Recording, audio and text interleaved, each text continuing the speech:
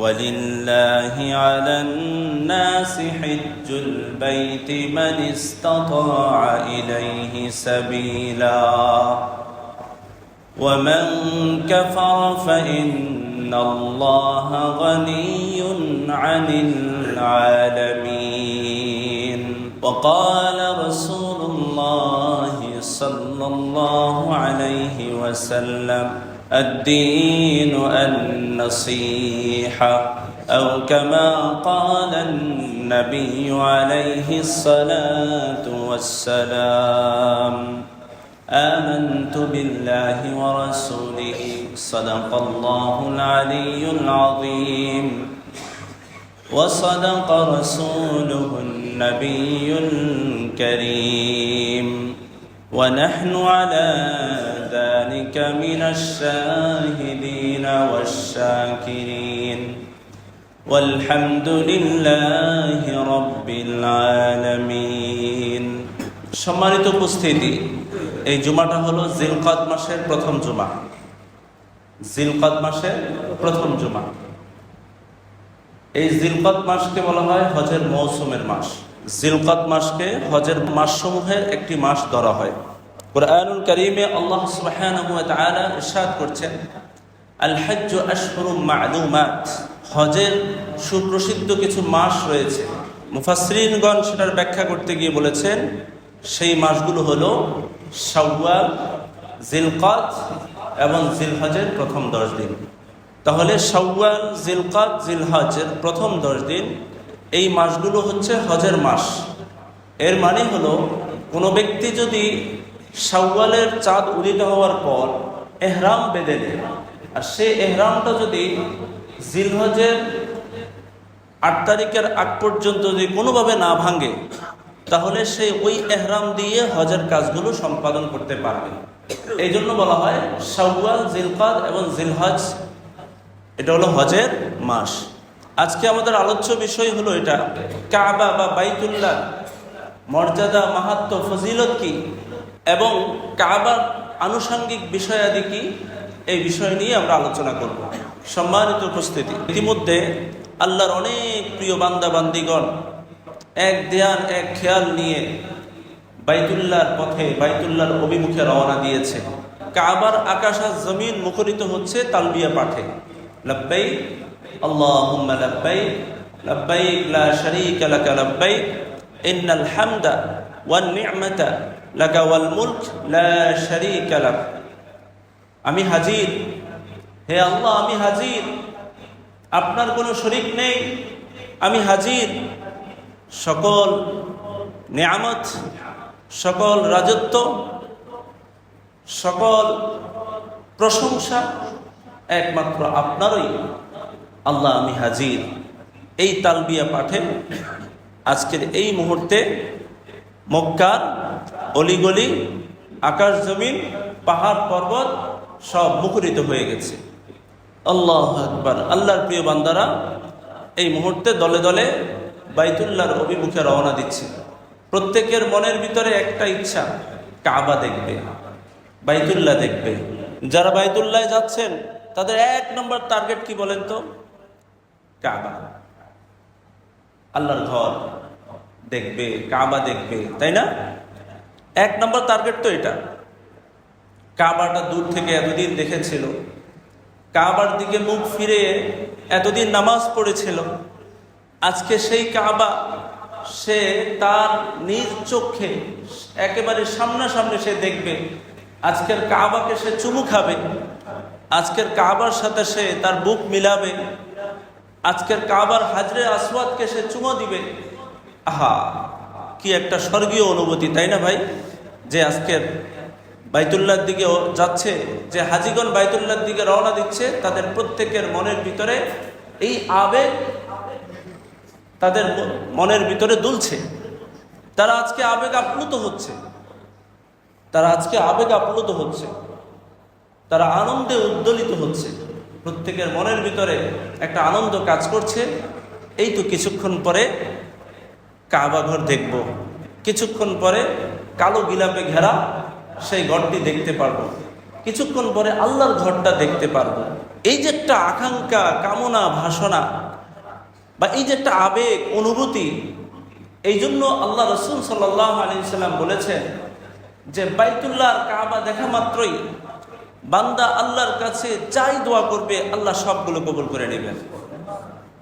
ঠিক রাসূলুল্লাহ সাল্লাল্লাহু আলাইহি ওয়াসাল্লাম যখন সাফা পাহাড়ে উঠতেন, ওঠার পরে যখন প্রথম নজরটা বাইতুল্লাহর দিকে পড়তো, তখন নবীজি প্রথমে আল্লাহু আকবার বলতেন। আল্লাহু আকবার বলে এরপরে ওয়ায়াদউ মা শাআ, নবী সাল্লাল্লাহু আলাইহি সাল্লাম মনের ভিতরে যা দোয়া আছে, যা কথা বলার আছে সবগুলো আল্লাহর কাছে তখন বলতেন। তো বাইতুল্লাহ দেখা মাত্রই নিয়ম হলো আল্লাহু আকবার বলা, আল্লাহু আকবার তাকবীর ধ্বনি দেওয়া, ধ্বনি দেওয়ার পরে মনে যতগুলো দোয়া করার দরকার, ইচ্ছা সব করা। কুরআনুল কারীমে ইঙ্গিত রয়েছে, হাদিসেও তার প্রতি ইশারা রয়েছে যে বর্তমান কাবা যে স্থানে অবস্থান করছে, বাইতুল্লাহ আল্লাহর ঘর, সেই কালো গিরাপে ঘেরা এই ঘরটা যে স্থানে অবস্থান করছে, আল্লাহ তাআলা পৃথিবীর সৃষ্টির সূচনা এখান থেকে করেছেন। সুবহানাল্লাহ। হাদিসে আছে যে পৃথিবী সৃষ্টির পূর্বে সব জায়গায় পানি আর পানি ছিল, কোনো জায়গায় জমিন ছিল না, পানি আর পানি ছিল। একাধিক বর্ণনা আছে। আর পুরা পৃথিবীর একেবারে মধ্যবর্তী জায়গায় সামান্য দ্বীপ কিংবা টিলা বিশিষ্ট একটু উঁচা জায়গা ছিল। পরবর্তীতে আল্লাহ তাআলা যখন এই কাবা সৃষ্টির ইচ্ছা করেছেন, তখন ওই উঁচা জায়গাটা নিচের দিকে নেমে গিয়েছে। নিচের দিকে নামার কারণে চারপাশ থেকে পানিগুলো ওই জায়গায় স্রোতের আকারে সেখানে প্রবেশ করা আরম্ভ করছে। যে একটা গর্তে একসাথে যদি অনেকগুলো পানি যদি ঢোকা আরম্ভ করে, সেখানে একটা ফেনা তৈরি হয় কিনা, ঠিক ওখানে ফেনা তৈরি হওয়া আরম্ভ হয়েছে।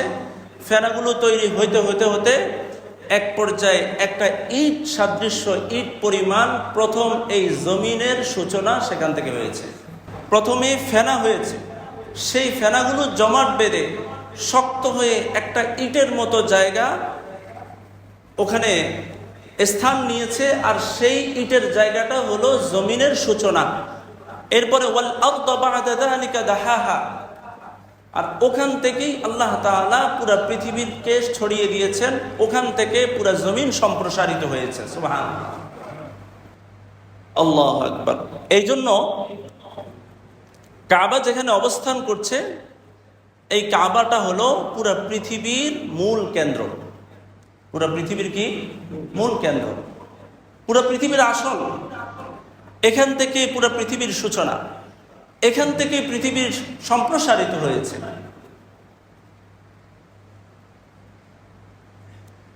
কুরআনুল কারীমে আল্লাহ তাআলা বলেন ওয়াল আরদ বা'দা যালিকা দাহাহা আফালা ইয়ানজুরুনা ইলাল ইবলি কাইফা খুলিকাত ওয়া ইলাস সামাই কাইফা রুফিআত ওয়া ইলাল আরদি কাইফা সুতিহাত। আল্লাহ বলছেন, তোমরা কি জমিনের দিকে তাকাও না? সেই জমিন কিভাবে সম্প্রসারিত হয়েছে। তুমি কি জমিনের দিকে তাকাও না? সেই জমিন কিভাবে সম্প্রসারিত হয়েছে প্রশ্ন। অর্থাৎ তুমি কি জানো ওই জমিনের সম্প্রসারের মূল কেন্দ্র কোনটা? তো জবাব হলো আল কাবা ওয়া মারকাজুল আরদ, যে সেই সূচনা হলো কাবা থেকে হয়েছে, সেই জমিনের সূচনা হয়েছে কাবা থেকে। এ বিষয়ে অনেক হাদিস আছে, অনেক সাহাবাদের বক্তব্য আছে, অনেক তাবিদের গবেষণা আছে। আবু হুরায়রা রাদিয়াল্লাহু তাআলা আনহু তিনি তার বক্তব্য তুলে ধরছেন, এটা হাদিস নয়, এটা তার বক্তব্য। তিনি তো এমনও বলেছেন যে আল্লাহ তাআলা পৃথিবী সৃষ্টির 2000 বছর পূর্বে কাবা নির্মাণ করেছেন। সুবহানাল্লাহ। তো প্রশ্ন করা হয়েছে উনাকে, ওয়া কাইফা খুলিকাত ওয়া হুয়া মিনাল আরদ, পৃথিবী সৃষ্টির 2000 বছর পূর্বে কাবা কিভাবে নির্মাণ হলো? কাবা তো জমিনের উপরেই অবস্থান করে, সেটা কিভাবে হলো? তিনি উত্তর দিয়েছেন যে পুরো পৃথিবীর এই জায়গাটা একটা টিলা সাদৃশ্য ছিল, একটা দ্বীপ সাদৃশ্য ছিল ছোট্ট আকারে, আর সেখানেই আল্লাহ তাআলা কাবাকে নির্মাণ করেছিলেন।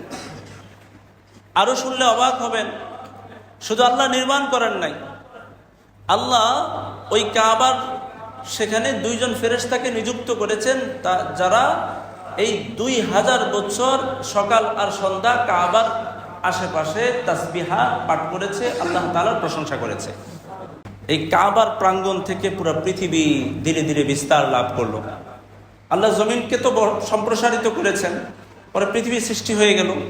এই পৃথিবী আল্লাহ তাআলা বলেন খুলিকাত আলা নুন, এটা একটা মাছের উপরে আছে, সেই মাছটা আবার পানির উপরে, মানে সেটা পানিতে চলাচল করছে। আবার সেই পানিটা কোথায়? সেই পানিটা একটা খোলা একটা পাথরের ময়দানের উপরে আছে। আর সেই পাথরটা বা সেই ছোট জায়গাটা কিসের উপরে আছে? সেটা একটা ফেরেশতার উপরে আছে। সুবহানাল্লাহ বলে, সেটা একটা ফেরেশতার উপরে আছে। এগুলো চিন্তা করলে আপনি রীতিমতো অবাক হবেন যে আল্লাহ কত কুদরতওয়ালা, তিনি পুরা জমিন, পুরা পৃথিবী, পুরা নক্ষত্রকে আল্লাহ তাআলা কিভাবে চালাচ্ছেন, এক হাতে কিভাবে নিয়ন্ত্রণ করছেন। সুবহানাল্লাহ, সবাই বলেন সুবহানাল্লাহ। আমরা আলোচনা করছিলাম বর্তমান বাইতুল্লাহ যেখানে অবস্থান করছে, কাবা যেখানে অবস্থান করছে, এখান থেকেই পুরা পৃথিবীর সূচনা। এরপরে আদম এবং হাওয়া তথা ইনসানকে আল্লাহ তাআলা সৃষ্টি করেছেন কি দিয়ে বলেন? মাটি দিয়ে। হাদিসে নবী সাল্লাল্লাহু আলাইহি সাল্লাম বলেন কুল্লু বনি আদম মিন আদম ওয়া আদম মিন তুরাব, সমস্ত আদম সন্তানরা সৃষ্টি হয়েছে, আল্লাহ সৃষ্টি করেছেন আদম থেকে। কার থেকে? আদম থেকে। আর আদম আলাইহিস সালামকে আল্লাহ তাআলা সৃষ্টি করেছেন সরাসরি মাটি থেকে। তাহলে মানুষের আসল কি? মানুষের আসল কি? মাটি। আর মাটির সূচনা কোত্থেকে হয়েছে? কাবা থেকে। মাটির সূচনা কোত্থেকে হয়েছে? কাবা থেকে। তো বোঝা গেল আমাদের সবার আসল হলো কাবা। সুবহানাল্লাহ বলে, যদি কাবার সূচনা, মাটির সূচনা কাবা থেকে হয়, আর সেই মাটি থেকে আমাদের সৃষ্টি, তাহলে বোঝা যাচ্ছে আমরা সকলে, আমাদের সকলের আসল, আমাদের সকলের মূল হলো সেই কাবা। আর আরবিতে একটা প্রবাদ বাক্য আছে, কুল্লু শাইইন ইয়ারজিউ ইলা আসলিহি, প্রত্যেকটা বস্তু তার আসলের দিকে ফিরে যাবে। আল্লাহ তাআলা কুরআনুল কারীমে ইরশাদ করছেন, মিনহা খালাকনাকুম ওয়া ফিহা নুঈদুকুম ওয়া মিনহা নুখরিজুকুম তারাতান উখরা, আমি তোমাদেরকে এই মাটি থেকে সৃষ্টি করেছি, আমি তোমাদেরকে আবার এই মাটিতে নিয়ে আসব, আবার একদিন তোমাদেরকে এই মাটি থেকে আমি আবার পুনরায় জীবিত করব। তো বোঝা যাচ্ছে আমাদের আসল কি? মাটি।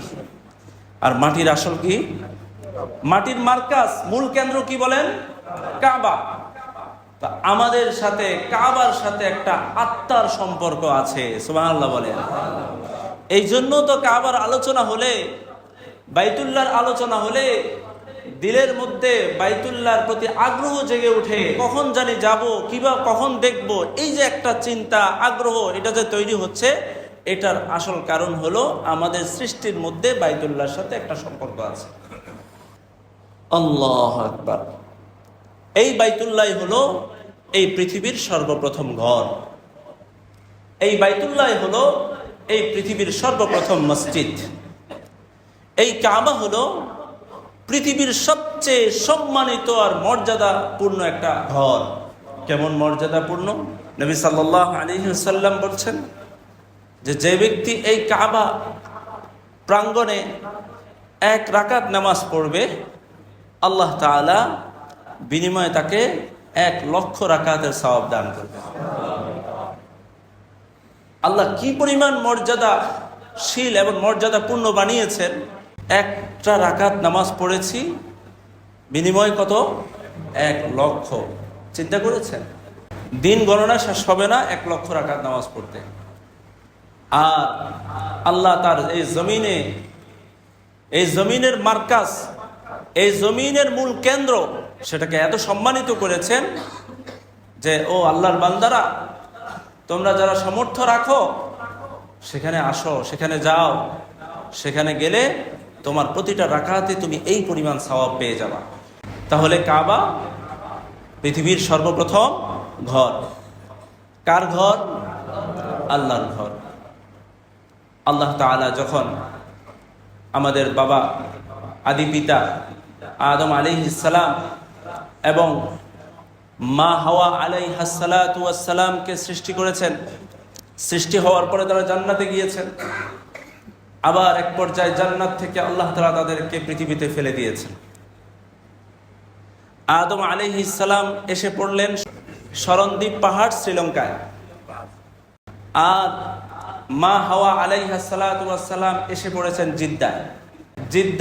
জিদ্দার অর্থ হলো দাদি বা নানি। জিদ্দার অর্থ কি? দাদি বা নানি। যেহেতু মা হাওয়া আলাইহাস সালাতু ওয়াস সালাম হলো পুরা পৃথিবীর সকল মানুষের দাদি আর নানি, আর সেই দাদি আর নানির আগমন ঘটেছে যেই জায়গায়, পরবর্তীতে সেই জায়গার নাম হয়েছে জিদ্দা। কি নাম হয়েছে? জিদ্দা। কারণ জিদ্দার অর্থ কি? দাদি বা নানি। আরবিতে জিদ্দা, জাদ্দার অর্থ দাদি বা নানি। তো আজকের এই সময়ে তো জিদ্দা বিশাল বলে যান শিল্প নাগরিক একটি শহর। আদম আলাইহিস সালাতু ওয়াস সালাম সেই শ্রীলঙ্কায়, আর মা হাওয়া আলাইহিস সালাতু ওয়াস সালাম হলো জিদ্দায়। তো তারা গায়বী ইশারায়, তারা আল্লাহ তাআলার কুদরতি ইশারায় ধীরে ধীরে চলতে চলতে চলতে চলতে দুজনের মিলন হয়েছে এই আরাফার ময়দানে। সুবহানাল্লাহ বলেন। যে আরাফাকে বলা হয় যে পুরা বিশ্বের সমস্ত মুসলিমদের মিলন মেলা। পুরা বিশ্বের সকল মুসলিম এখানে এসে পরিচিত হয়। যারা হজে গিয়েছেন, সবচেয়ে বড় জায়গা তো এটাই, যে যেখানে সবাই সমবেত হচ্ছে। এই আরাফার ময়দানে পুরো পৃথিবীর সমস্ত বিশ্ব মুসলিমদের মিলন মেলা, পরিচয় কেন্দ্র। এই যে এখানে পরিচিত হয়, এরপরে এখান থেকে ধীরে ধীরে কার্যক্রম শেষ করে বাইতুল্লাহর দিকে যায় কিনা? তো দেখেন আল্লাহ তাআলা এই যে আরাফাকে যে আমরা আরাফা বলি, আরাফার শাব্দিক অর্থ হলো পরিচিতি। আর এই জায়গায় মা হাওয়া আর আদম আলাইহিস সালাম, আদি পিতা আদম আলাইহিস সালামের মিলন হয়েছে, পরিচিতি হয়েছে। এই জন্য এই জায়গার নাম কি রাখা হয়েছে? আরাফা রাখা হয়েছে। আল্লাহ তাআলার ইশারায় তারা সেখান থেকে বাইতুল্লাহ, তখন তো আর বাইতুল্লাহ ছিল না, কাবা ছিল না, কাবার সেই সুনির্দিষ্ট জায়গায় এসে গেছেন। আল্লাহ তাআলা তার কুদরতিভাবে তাদেরকে এখানে উপস্থিত করেছে। উপস্থিত করার পর আল্লাহ তাআলা জিবরিল আলাইহিস সালামকে প্রেরণ করেছেন। জিবরিল আলাইহিস সালাম এসে আদম আলাইহিস সালামকে বললেন, হে আদম, আপনি একটি ঘর নির্মাণ করেন আল্লাহর জন্য। তখন আদম আলাইহিস সালাম জিজ্ঞেস করলেন, আমি কিভাবে ঘর নির্মাণ করব? তখন জিবরিল আলাইহিস সালাম বললেন যে আপনি ঘর নির্মাণ করেন, আল্লাহ আদেশ করেছেন, আমরা সকলে আপনার সঙ্গী হিসেবে থাকবো, আপনি বাইতুল্লাহ নির্মাণ করেন। কিতাবে আছে আদম আলাইহিস সালাম ঘর নির্মাণ করলেন, আর তার সহযোগী কারা ছিল? ফেরেশতারা ছিল। ঘর নির্মাণ যখন শেষ হলো, এরপরে আল্লাহ তাআলা আদেশ করলেন, আদম এই ঘরের তাওয়াফ করো, এই ঘরের তাওয়াফ করো। আদম আলাইহিস সালাম এবং হাওয়া আলাইহাস সালাতু ওয়াস সালাম উভয়জন ঘরের তাওয়াফ করলেন। তাওয়াফ শেষ করার পরে আল্লাহ তাআলা বলেন, আদম এটাই হলো এই পৃথিবীর সবচেয়ে প্রথম ঘর, আর তোমরাই হলা এই ঘরের প্রথম তাওয়াফকারী। তোমরাই হলা এই পৃথিবীর প্রথম তাওয়াফকারী। কুরআনুল কারীমে আল্লাহ তাআলা এই ব্যাপারে ইরশাদ করছেন, ইন্না আউওয়ালা বাইতিন উদিআ লিন-নাস, নিশ্চয় এটি পৃথিবীর সর্বপ্রথম ঘর, যেই ঘরকে আল্লাহ তাআলা মানুষের জন্য তৈরি করেছেন। ঘরটা কার? আল্লাহ তৈরি করেছেন। কার জন্য? মানুষদের জন্য। উদিআ লিন-নাস। আর এই ঘরটা কোথায় অবস্থান করছে? লাল্লাযী বিবাক্কাতা, এটা বাক্কা তথা মক্কার আরেকটা নাম। মক্কা নগরীতে অবস্থান করছে। লাল্লাযী বিবাক্কাতা মুবারাকান ওয়া হুদাল লিল আলামিন। এই ঘরটাকে আল্লাহ তাআলা বিশ্ববাসীর জন্য বরকতময় করেছেন, এবং পুরা বিশ্ববাসীর জন্য এটাকে হেদায়েতের মূল মার্কাজ কেন্দ্র বানিয়েছেন। মুবারাকান ওয়া হুদাল লিল আলামিন। এই ঘরটা বরকতময় একটি ঘর, পুরা মুসলিম বিশ্বের জাহানের সকলের জন্য। এই ঘরটা একটি হেদায়েতের মার্কাজ, এখান থেকে হেদায়েত ছড়াবে, এখান থেকে দ্বীনের আলো ছড়াবে। ফিহি আয়াতুম বাইয়িনাত, আল্লাহ তাআলা বলেন এখানে অনেক স্পর্শ নিদর্শনাবলী আছে। আমাদেরকে আল্লাহ তাআলা বলছেন অনেক নিদর্শনাবলী এখানে আছে। মাকাম ইব্রাহিম, যেমন একটা নিদর্শনাবলী হলো ইব্রাহিম আলাইহিস সালামের কদমের স্থান, মাকাম ইব্রাহিম। যারা আমরা বাইতুল্লাহ গিয়েছি আমরা দেখেছি না, যেখানে যেই জায়গায় যেই পাথরে দাঁড়িয়ে ইব্রাহিম আলাইহিস সালাম পরবর্তীতে কাবাকে আবার নির্মাণ করেছিলেন। মাকাম ইব্রাহিম ওয়া মান দাখালাহু কানা আমিনা। আর যে ব্যক্তি এই জায়গায় প্রবেশ করবে সে ব্যক্তি নিরাপদ হয়ে যাবে, তাকে কেউ কোনো ধরনের আঘাত করতে পারবে না, তাকে প্রহার করতে পারবে না, তার শরীরের উপর টাচ করতে পারবে না। ওমান দাখালাহু কানা আমিনা। আমি আয়াতের অর্থ করছি, ব্যাখ্যা করছি না। ওয়ালিল্লাহি আলান নাস হিজ্জুল বাইতি মান ইসতাতা ইলাইহি সাবিলা। আল্লাহর জন্য যে সকল মানুষের সামর্থ্য আছে তারা যেন এই বাইতুল্লাহর জিয়ারত করে। তাদের উপর এই বাইতুল্লাহর জিয়ারত ফরজ, তাদের উপরে বাইতুল্লাহ জিয়ারত ফরজ যারা সামর্থ্য রাখে। ওয়ামান কাফারা, আর যারা এই আদেশ অমান্য করবে, হজ ফরজ এই বিধানটি যারা অমান্য করবে, তারা যেন জেনে রাখে ফাইন্নাল্লাহা গানিয়্যুন আনিল আলামিন। আল্লাহ তাআলা এই পুরা পৃথিবী থেকে বেনিয়াজ, আল্লাহ পৃথিবীর দিকে মুখাপেক্ষী নয়। তো এই আয়াতে আল্লাহ তাআলা প্রথমত বলেছেন এই ঘরটা হলো পৃথিবীর সর্বপ্রথম ঘর। পৃথিবীতে এমন কোন নবী আসে নাই যারা কাবা তাওয়াফ করে নাই। সমস্ত নবী যারা এই পৃথিবীতে এসেছেন তারা প্রত্যেকে এই বাইতুল্লাহ, এই কাবার তাওয়াফ করেছেন। আদম আলাইহিস সালাম তাওয়াফ করেছেন, ইব্রাহিম আলাইহিস সালাম তাওয়াফ করেছেন, মুসা আলাইহিস সালাতু ওয়াস সালাম তাওয়াফ করেছেন, নূহ আলাইহিস সালাম তাওয়াফ করেছেন, ঈসা আলাইহিস সালাম তাওয়াফ করেছেন। সর্বশেষ আখিরি নবী সাইয়্যিদুল মুরসালিন রাহমাতুল লিল আলামিন মুহাম্মাদুর রাসূলুল্লাহ সাল্লাল্লাহু আলাইহি ওয়াসাল্লাম তাওয়াফ করেছেন। এই ঘরের তাওয়াফ সূচনা হয়েছে আদম আলাইহিস সালাম থেকে, আর এই ওই তখন থেকে এই ঘরের তাওয়াফ বন্ধ হয় নাই এবং কিয়ামত পর্যন্ত বন্ধ হবে না। এটি এমন একটি ঘর, আল্লাহ এর তাওয়াফ শুরু থেকে কিয়ামত পর্যন্ত বলবৎ রাখবেন, কোনোদিন অফ আর বন্ধ হবে না। সুবহানাল্লাহ বলেন। এই হলো এই ঘরের বৈশিষ্ট্য। আরে শুধু তাই না, যখন নূহ আলাইহিস সালামের মহাপ্লাবন হয়েছে, এই মহাপ্লাবনের সময় আল্লাহ দেখেন তাওয়াফ কিভাবে করিয়েছে। এই নৌকাটা নূহের কিস্তি, নৌকা আলাইহিস সালামের নৌকাটা পুরা পৃথিবী ঘুরে যখন কাবার কাছাকাছি এসেছে, তখন আল্লাহ তাআলা ফেরেশতাদের মাধ্যমে ওই নৌকাটাকে কাবার চারপাশে 7টা চক্কর দেওয়ার পরে এরপরে অন্যত্র পাঠিয়ে দিয়েছেন। সুবহানাল্লাহ বলেন। আল্লাহ কিভাবে এই ঘরের তাওয়াফটাকে অব্যাহত রেখেছেন এইটার প্রমাণ তাফসীরের কিতাবে পাওয়া যায়। যে নূহ আলাইহিস সালামের নৌকা চলতে চলতে চলতে চলতে যখন এই বাইতুল্লাহর কাছাকাছি এসেছে, তখন এই নৌকাটা কয়টা চক্কর দিয়েছে? 7টা চক্কর দিয়েছে। এই 7টা চক্কর দেওয়ার পরে সেটা আবার অন্যত্র চলে গেছে। মানুষের তাওয়াফ বন্ধ করে দিলে আল্লাহ পাখি দিয়ে হলেও তাওয়াফ করায়, তাই না ভাই? আল্লাহ এই কাবার তাওয়াফ রাখবেন। এই কাবা, এই বাইতুল্লাহর তাওয়াফ এটা চলমান থাকবে। তাওয়াফ মানে হলো প্রদক্ষিণ করা, অর্থাৎ এই ঘরের চারপাশে চক্কর লাগানো। এই চক্করটা থাকবে, এটা বন্ধ হবে না। মানুষ বন্ধ করে দিলে আল্লাহ ফেরেশতা দিয়ে চালায় দিবেন। আল্লাহ মানুষ বন্ধ করে দিলে আল্লাহ তার প্রাণী দিয়ে হলো এই কাবার তাওয়াফ করাবেন। কারণ এটা হলো পৃথিবীর সবচেয়ে শ্রেষ্ঠ একটা ঘর, পৃথিবীর সবচেয়ে মর্যাদাশীল একটি ঘর এবং পৃথিবীর সর্বপ্রথম ঘর। এই মক্কার অনতি দূরে একটি বসতি আছে তায়েফ, আছে কিনা? সেই তায়েফ স্থানটাও এই বাইতুল্লাহর তাওয়াফ করেছে। সুবহানাল্লাহ বলেন। চিন্তা করেছেন কোনোদিন তায়েফকে তায়েফ কেন বলা হচ্ছে? তায়েফের বাংলা অর্থ কি? তায়েফের বাংলা অর্থ হলো তাওয়াফকারী। তায়েফের বাংলা অর্থ কি? তাওয়াফকারী।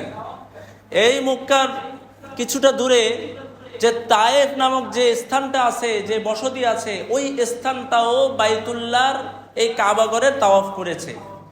তাফসীরের কিতাবে আছে ইব্রাহিম আলাইহিস সালাতু ওয়াস সালাম যখন তার পরিবারকে মরুভূমি এলাকায়, এই অনুর্বর মরু এলাকায় যখন তার পরিবারকে রেখে যাচ্ছিলেন, তখন তিনি আল্লাহর কাছে একটা দোয়া করেছিলেন।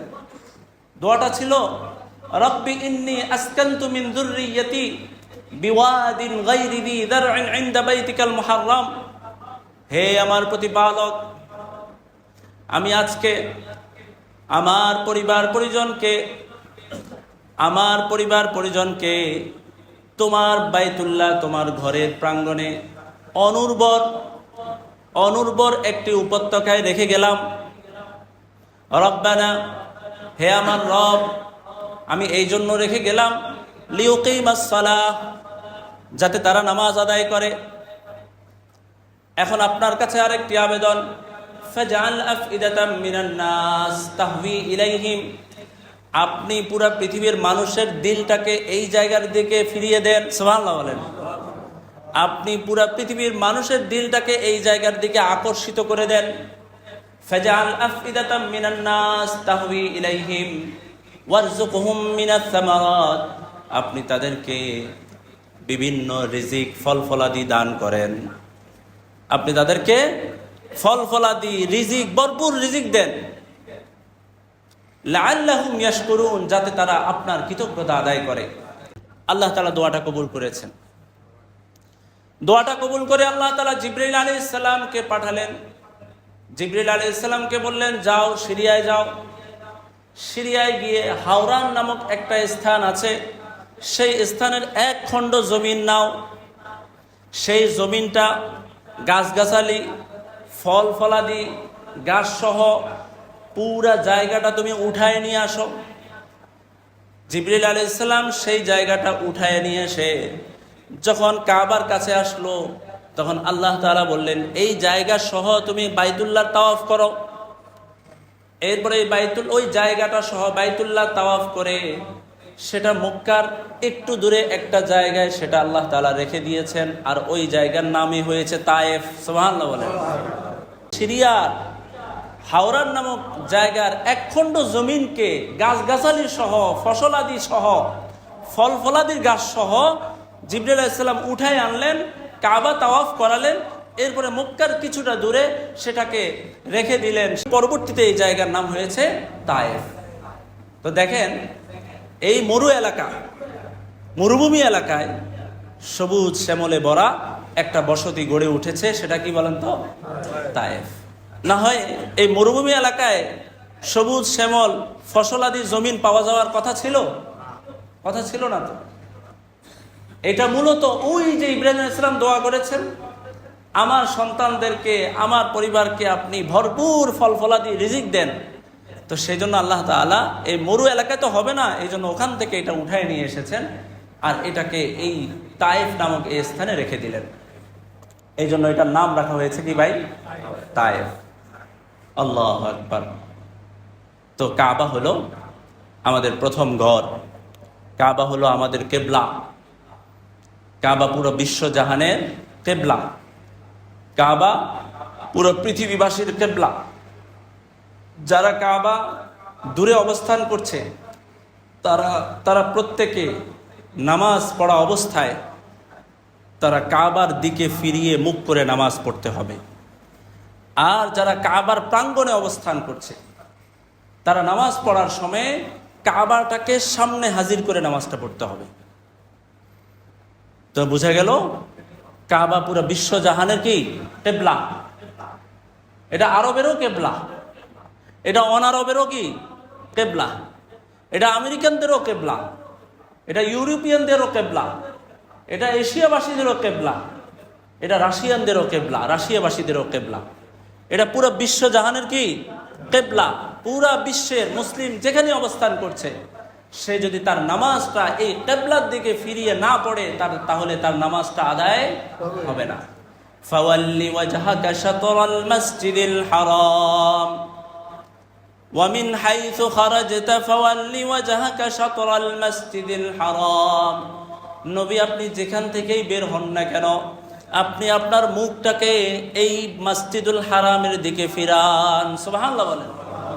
ফাওয়াল্লু ওয়াজহাকুম শাতরাল মাসজিদিল হারাম, তোমরাও তোমাদের মুখটাকে মসজিদুল হারামের দিকে ফিরাও, তথা তোমরাও নামাজের সময় তোমাদের কেবলাকে বানাও বাইতুল্লাহ, বাইতুল্লাহকে কেবলা বানাও। অতএব এই কাবা পৃথিবীর শ্রেষ্ঠ একটি ঘর।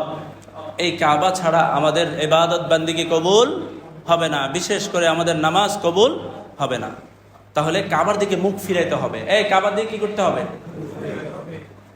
জীবনেও ফিরাইতে হবে, মরণেও ফিরাইতে হবে, জীবিত অবস্থায় ফিরাইতে হবে, মৃত্যুর পরেও কি করতে হবে? ফিরাইতে হবে। এই ছাড়া কোনো গতি নাই। কাবার দিকে জীবিত অবস্থায় তো মুখ ফিরাইতে হবেই। নামাজ এই কাবার দিকে ফিরানো ছাড়া সহি হবে, জায়েজ হবে? আজকে আমরা যদি ওইদিকে ফিরে নামাজ পড়ি হবে? আচ্ছা, ওইদিকে দরকার নাই, এদিকে ফিরলে হবে? ঠিক মৃত্যুর পরে যখন কবরে রাখা হবে, তখনও আমাদের এই সিনা চেহারাকে কোন দিকে ফিরায় রাখতে হবে? এটা কার বাণী? আল্লাহ রসুল সাল্লাল্লাহু আলাইহি সাল্লামের বাণী। রাসূলুল্লাহ সাল্লাল্লাহু আলাইহি সাল্লাম বলেছেন, যখন তোমাদের কাউকে, তোমরা যখন তোমাদের আত্মীয়কে কবরে রাখবা, তখন তাকে পশ্চিম দিকে কাবার দিকে ফিরিয়ে রাখবা। আচ্ছা, আমরা এটা কি করি? আমরা সমানভাবে একটা কবর খনন করি, চিৎ করে আমাদের আত্মীয়দেরকে, মুর্দা লাশগুলোকে চিৎ করে রাখা মাটি দিয়ে ফের চলে আসে। আবার কেউ কি করে, খালি চেহারাটা ফিরাই দেয়। আছে না নাই? শুধু চেহারাটা ফিরাই দিয়ে আছে না এরকম? এটা ভালো করে আজকে থেকে মনে রাখবেন। কবরের সুন্নত তরিকা, নবীজি যেভাবে কবরটা খনন করতে বলেছেন আর যেভাবে লাশকে, মুর্দাকে রাখতে বলেছেন, সেটা হলো যে লাশকে এমন ভাবে রাখবা যেন লাশের পুরা সিনা, মাথা সবগুলো কেবলার দিকে ফিরানো থাকে। এই জন্য কবরটাকে একটু ঢালুভাবে কি কাটতে হবে?